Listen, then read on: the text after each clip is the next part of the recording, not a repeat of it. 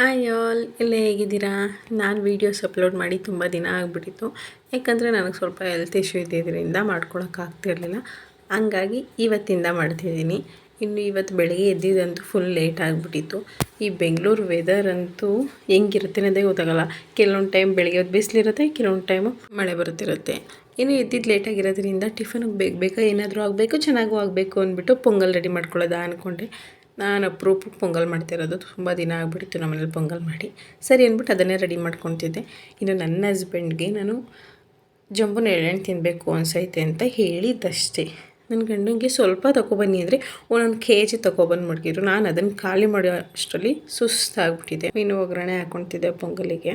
ಆಮೇಲೆ ಸಾಸಿವೆ, ಜೀರಿಗೆ, ಕರಿಬೇವಿನ ಸೊಪ್ಪು, ಒಣಮೆಣ್ಸಿಕಾಯಿ, ಬೆಳ್ಳುಳ್ಳಿ ಮತ್ತು ತೆಂಗಿನಕಾಯಿ ಹಾಕ್ಕೊಂಡು ಸ್ವಲ್ಪ ಡೀಪ್ ಫ್ರೈ ಮಾಡಿಕೊಂಡು ಅದ್ರೊಳಗೆ ಹಾಕ್ಬಿಟ್ಟು ಮಿಕ್ಸ್ ಮಾಡಿಬಿಟ್ಟು 1-2 ನಿಮಿಷ ಲಿಡ್ನ ಹಂಗೇ ಕ್ಲೋಸ್ ಮಾಡಿಬಿಟ್ಟು ಮುಚ್ಚಿಟ್ಬಿಟ್ಟಿದ್ದೆ ಗ್ಯಾಸ್ ಮೇಲೆ ಲೋ ಫ್ಲೇಮಲ್ಲಿ. ಸಕ್ಕತ್ತಾಗಿತ್ತು ಮಾತ್ರ. ನಾರ್ಮಲಾಗಿ ಬೇರೆ ಟೈಪಲ್ಲಿ ಮಾಡ್ತಿದ್ದೆ, ಇವತ್ತು ಈ ಥರ ಮಾಡೋದ ಅಂತ ಮಾಡಿದೆ. ಚೆನ್ನಾಗಾಗಿತ್ತು.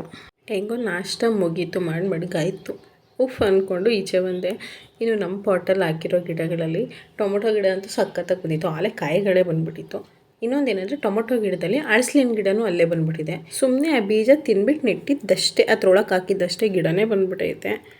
ಬಟ್ ಬೆಳೆದಾದ್ಮೇಲೆ ಊರಿಗೆ ತಗೋಗಿ ಹಾಕೋದ ಅಂದ್ಬಿಟ್ಟು ಇನ್ನು ನನ್ನ ಹಸ್ಬೆಂಡಿಗೆ ಟಿಫನ್ ಹಾಕ್ಕೊಡ್ಬೇಕಿತ್ತಲ್ಲ, ಅವ್ರಿಗೂ ಹಾಕೊಟ್ಟೆ. ಈ ವಿಡಿಯೋ ಇಷ್ಟ ಆಗಿದ್ರೆ ಲೈಕ್ ಮಾಡಿ ಆ್ಯಂಡ್ ಫಾಲೋ ಮಾಡಿ. ನೆಕ್ಸ್ಟ್ ವಿಡಿಯೋದಲ್ಲಿ ಸಿಗೋದು.